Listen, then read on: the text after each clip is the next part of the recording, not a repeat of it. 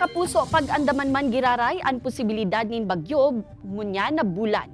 Sigun sa Pag-asa, 2 hasta 3 bagyo ang posibleng mabilog o maglaog sa Philippine Area of Responsibility ngunya na Agosto.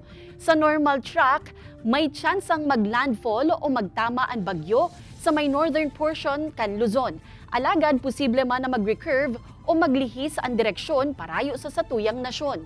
Alagad maglandfall man o dai, posibleng butungon o pakusugon kan bagyo ang duros habagat kaya laoman po ang mga pag-uuran. Sa ngunyan mayo nang nanonotarang bagong raot nin panahon. Dagos man na nagluya ang habagat asin mayo ng epekto sa anuman na parte kan nasyon. Ridge kan high pressure area ang nagdadanay sa nasyon, alagad may tsansa nin thunderstorm sa pirang lugar. Sa datos kan Metro Weather, posible ang mga warak-warak na uran sa Camarines Norte, Camarines Sur, Albay, Sorsogon, Masbate, asin Catanduanes.